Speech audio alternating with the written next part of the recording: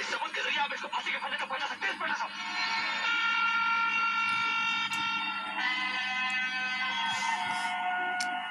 ये क्या कर रहे हैं?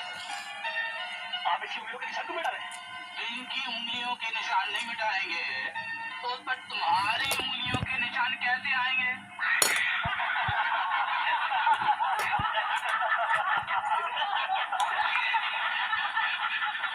समझ गया।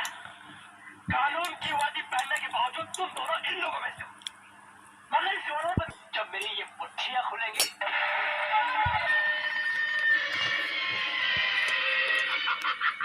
खुलेंगी।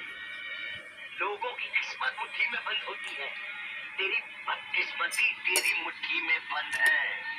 ये तो जरूर खुलेगी। इसके लिए चाहे हमको तेरा सांसें भी बंद करना पड़ा तो हम कर देंगे।